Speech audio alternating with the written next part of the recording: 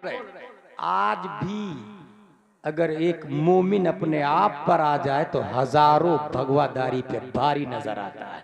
कभी भी YouTube, Twitter, Facebook और चैनल के जरिए दीन को ना सीखे। अल इल्म हादल इल्म दीन अद्दीन उन्जुरू अम्मन ताखुदून दीनकुम।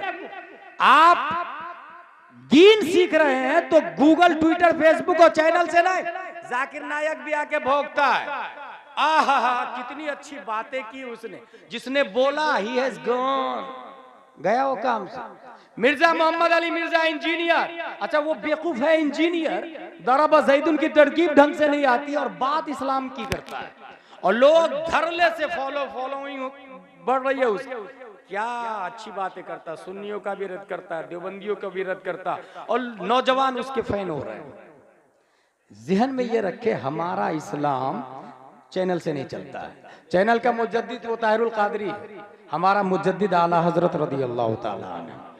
और इल्म, हमारा इल्म यूट्यूब के जरिए नहीं है, अल्लाह ने इल्म मुस्तफा को दिया और मुस्तफ़ा ने अबू बकर, उमर, उस्मान और अली को दिया।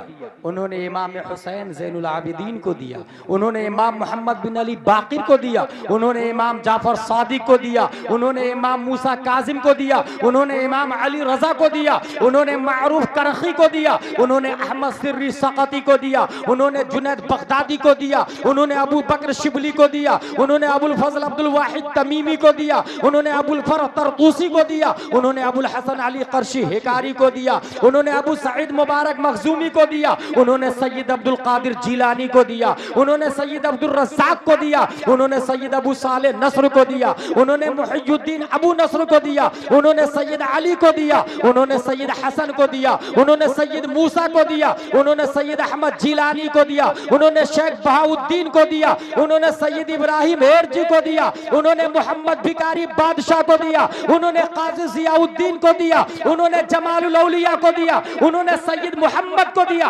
उन्होंने सैयद अहमद को दिया, उन्होंने सैयद फजलुल्लाह को दिया, उन्होंने शाह बरकतुल्लाह को दिया, उन्होंने आले मोहम्मद को दिया, उन्होंने सैयद हमजा को दिया, उन्होंने आले अहमद अच्छे मियाँ को दिया, उन्होंने आले रसूल अहमदी को दिया, उन्होंने अबुल हुसैन अहमदी नूरी को दिया, उन्होंने इमाम अहमद रजा खान को दिया, उन्होंने मुफ्ती आजम हिंद को दिया, उन्होंने ताजुश शरिया को दिया और ताजुश शरिया के जरिए हम सुन्नी उलमा ने दिया।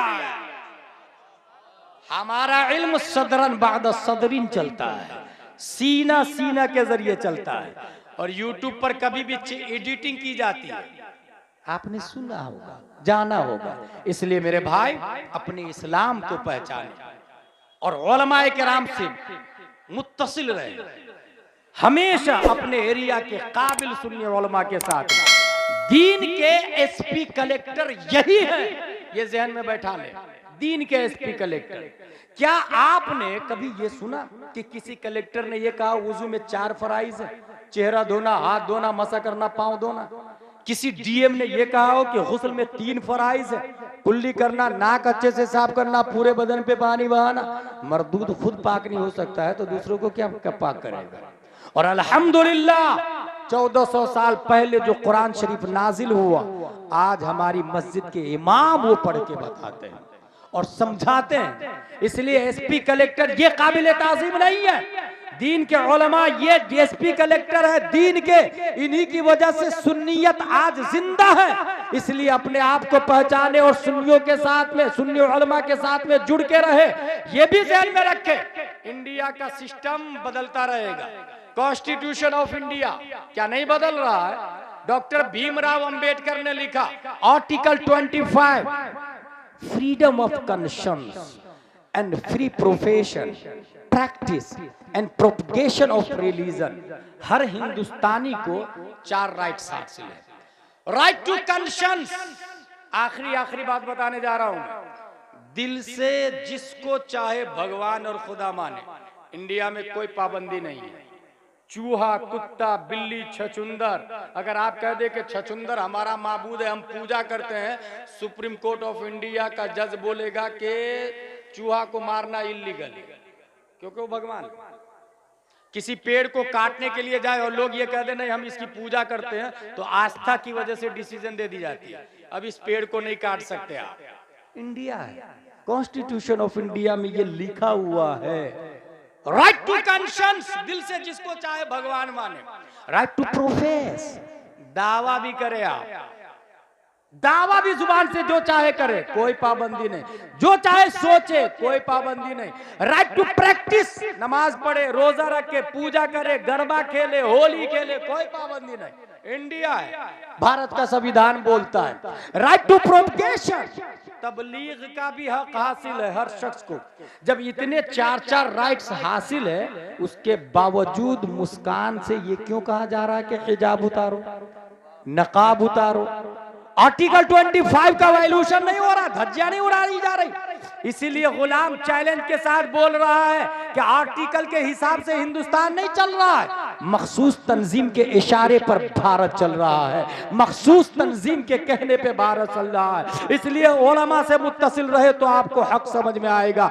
मुस्कान से कहा गया हिजाब उतारो, आप सबने देखा जय श्री राम के नारे की छाती को फाड़कर उस खातून ने तन्हा जान की परवाह किए बगैर तकबीर के नारे के झंडे को गाड़ा है, उसने तन्हा गाड़ा है। लेकिन गुलाम अगर पढ़ता है और इस मोमेंट को देखता है तो उसे कुछ और नजर आता है।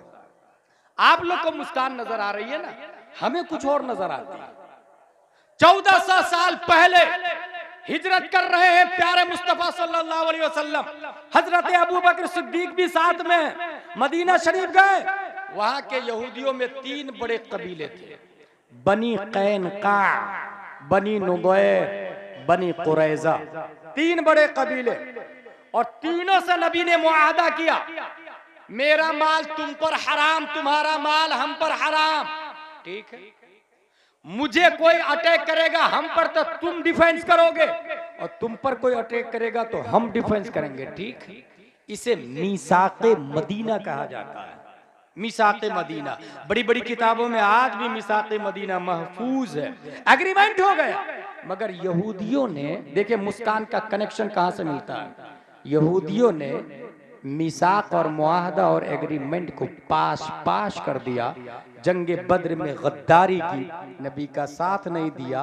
और सिर्फ यही नहीं, जंगे बद्र के बाद उस जमाने की मुस्कान, उस जमाने की एक मुस्लिम खातून को यहूदी ने कहा नकाब उतार, उस खातून ने कहा नहीं उतारूंगी, नकाब उतार, नहीं उतारूंगी, नकाब उतार। जब उस खातून ने नहीं उतारा, यहूदियों ने जबरदस्ती नकाब उतार दिए। और सिर्फ नकाब नहीं, पूरे कपड़े यहूदियों ने उतार दिए। वो खातून चिल्लाई बचाओ बचाओ। गैरत ईमानी मुस्लिम के गाल पे तमाचा पड़ता है। एक सहाबी निकालते हैं तलवार और यहूदी की गर्दन उड़ा देते हैं। यहूदियों ने घेर लिया चारों तरफ से, सहाबी को भी शहीद कर दिया। मौके वारदात पे प्यारे मुस्तफा पहुंचे, गुफ्तगू शुनूद हुई, शर्मो हया की बजाय यहूदियों ने जानते हैं क्या कहा, मोहम्मद, वो अबू जहल से जीत गए तो क्या समझ रहे, बड़े बहादुर हो तुम, हमसे लड़के बताओ बहादुर किसको कहते हैं, पता चल जाएगा। ये किसने कहा? यहूदियों ने, सहाबा ने, प्यारे मुस्तफा ने जंग के चैलेंज को कबूल कर लिया। गज़वे बनी कैनका मारिज़े वजूद में आती है। जब मैदान में सहाबा उतरे, डेयरिंग, जुर्रत और इस्तिक़लाल को देखकर यहूदियों ने मैदान छोड़ दिया, घरों के अंदर बंद हो गए, किले का दरवाजा लगा लिया। सहाबा ने चारों तरफ से घेर लिए किले को, डर के मारे किले का दरवाजा ही नहीं खोल रहे। आज भी अगर एक मोमिन अपने आप पर आ जाए तो हजारों भगवादारी पे भारी नजर आता है। आज भी किले का दरवाजा बंद है, खोल नहीं खोलेंगे। 1 दिन, 2 दिन, 5 दिन, 10 दिन, 14 दिन, 15 दिन, 15 दिन के बाद किले के ऊपर चढ़े, हम हार गए, आप जो कहेंगे हम मानेंगे, हम नहीं लड़ेंगे आपसे, हथियार डालते हैं। सबने औजार डाल दिए, दरवाजा खोला। नबी ने फरमाया बार बार तुम गद्दारी करते हो, मदीना खाली करो। मदीना खाली किया, वो लोग मदीने से निकल के कहां गए? शाम। मुफ्ती अरकान अजहरी साहब यहाँ मौजूद है, इनके जमाने में मैं भी पढ़ रहा था। मिस्र में एक किताब चलती है जोग्राफियाए आलम अरब, उसमें ये लिखा था कि शाम में 3 मुल्क है, उर्दुन, फिलिस्तीन और लिबनान। यहूदी लोग फिलिस्तीन में गए, वहां 1 स्क्वायर फीट, 10 स्क्वायर फीट, 1 गज, 1 बीघा, 1 एकड़, और इस वक्त अपना जबरदस्ती मुल्क बनाकर दूसरे लोगों पर थोपने के लिए तैयार है। मुल्क बनाया, इजराइल मुल्क बनाया। हिंदुस्तान का काफिर इजराइल जाता है, वहां से ट्रेनिंग लेता है, और ये वही यहूदियों की औलाद है जिन्होंने सहाबिया से नकाब उतरवाया था। वही इजराइल हिंदुस्तान के काफिर को मशवरा देता कि कर्नाटका में मुस्कान के चेहरे से नकाब उतरवा। ये काफिर हिंदुस्तान का इजराइल से सीख कर आता है और फिर कर्नाटका में मुस्कान को कहता है नकाब उतार। यह है कनेक्टिविटी, यह है कनेक्टिविटी। उसने जुर्रत और हिम्मत दिखाई, मगर तारीख ये भी कह रही है कुछ औरतें अपने बच्चे को लेकर के स्कूल गई। स्कूल के वॉचमैन ने कहा यू कांट इंटर वियरिंग नकाब, नकाब पहने हुए अंदर नहीं जा सकते। जानते हैं उस औरत ने क्या किया? कैमरा के सामने में नकाब उतारा है और फिर स्कूल के अंदर गई। आपको क्या लगता है इसकी जिम्मेदार वो है? नहीं मेरे भाई, इसके जिम्मेदार वो करोड़पति और बिलियन पर्सन है जिसके पास करोड़ों की एफडी है, मगर वो स्कूल नहीं खोल रहा है। करोड़ों की प्रॉपर्टी, खेत है, जमीन है, मगर अपना हॉस्पिटल नहीं है, कॉलेज नहीं है। कॉन्वेंट सेंट पायस में हमारे बच्चे पढ़ रहे हैं और हमारे बच्चे की फीस 1 लाख हम भर रहे हैं और हमारी बच्चियों से कपड़ा उतरवा रहा है। पैसा भी हमारा और बेइज्जती भी हमारी। चाहिए तो ये था उस खातून को जिससे कहा गया कि स्कूल में नकाब पहन के दाखिल नहीं हो सकते, अपनी बच्ची और बच्चे को स्कूल से बाहर निकाल लेते, स्कूल के गेट पे जूते चप्पल का हार डालते और उसके बाद खुद अपनी स्कूल बनाते, अपना कॉलेज, अपनी यूनिवर्सिटी। और जब अपना कॉलेज होगा तो सिस्टम हमारा होगा, यूनिफॉर्म हमारा होगा, सिलेबस हमारा होगा, टीचर हमारा होगा, प्रोफेसर हमारा होगा, किताबें हमारी होगी। और जब हमारा यूनिफॉर्म होगा तो लड़कों के लिए कुर्ता पजामा टोपी रखेंगे, लड़कियों के लिए नकाबे फातिमा तो ज़ारा रखेंगे।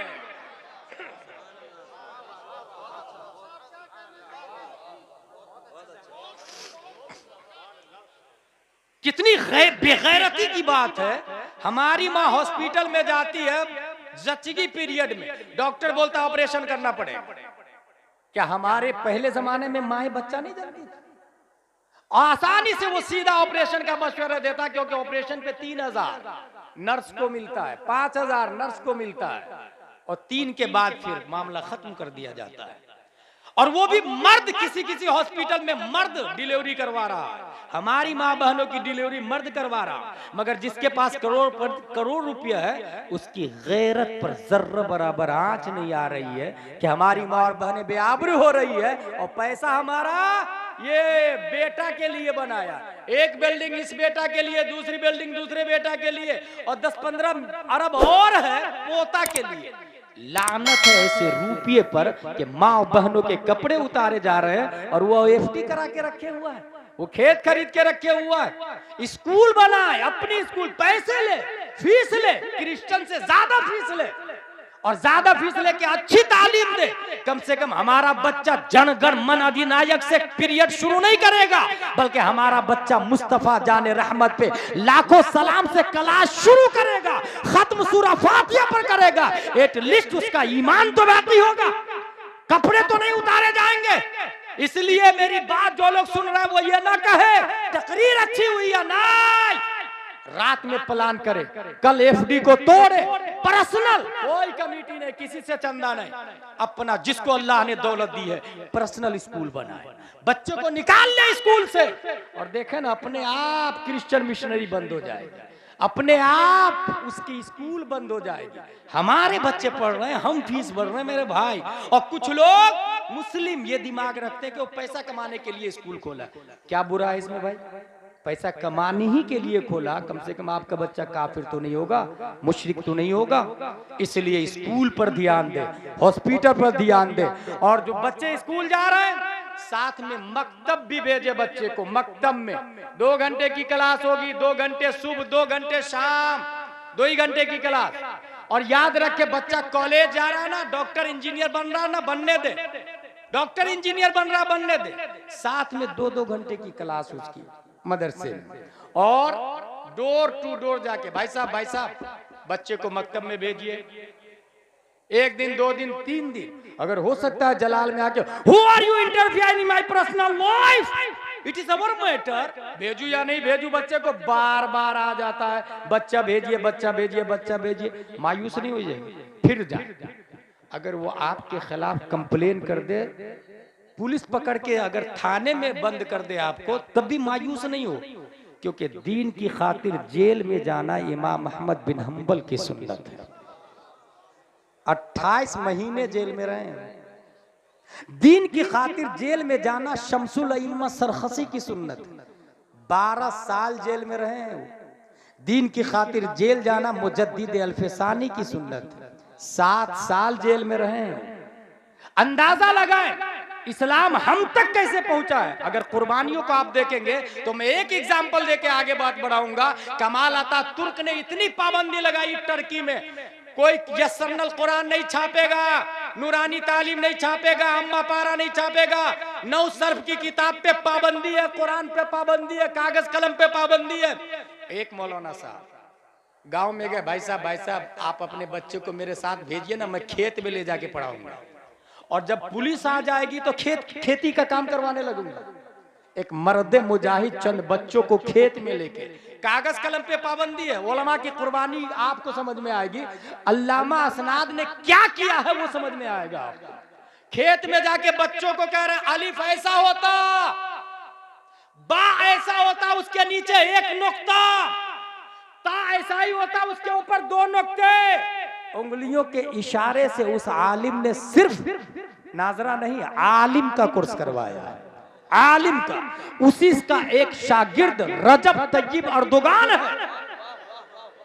जब अक़वाम मुत्तहिदा में पहुंचता है तो इजराइल के प्राइम मिनिस्टर की आंखों में आके डालकर बोलता है तू बातिल है, तेरा नजरिया बातिल है, तेरा सिस्टम बातिल है, फिलिस्तीन के मुसलमान मजलूम है, हमारा इस्लाम अफजल व आला है, तुम बुलाओ या ना बुलाओ, रजब तय्यब अर्दोगान जान तो दे सकता है मगर हक बोलना नहीं छोड़ेगा।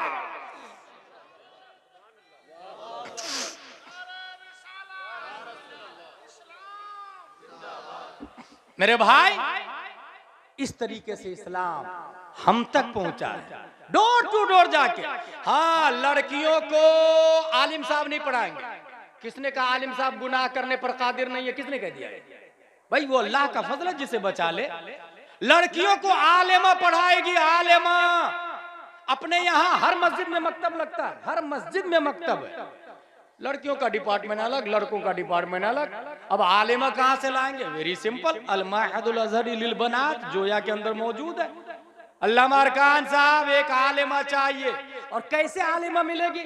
गांव में जो बूढ़े लोग हैं ना, अपने बेटे के लिए लड़की ढूंढ रहे हैं शादी करने के लिए, जींस पैंट टी शर्ट वाली को हरगिज नहीं लाए, क्योंकि जो लड़की जींस पैंट टी शर्ट पहनती है उसके पेट से कभी अल्लाह का वली पैदा हो ही नहीं सकता।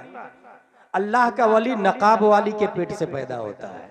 अल्लाह का वली कंजुल ईमान और बहार शरीयत पढ़ने वाली के पेट से पैदा होता है। इसलिए वो सीधा नकाब वाली ढूंढे, बहार शरीयत और आलिमा ढूंढे और वो शादी करे।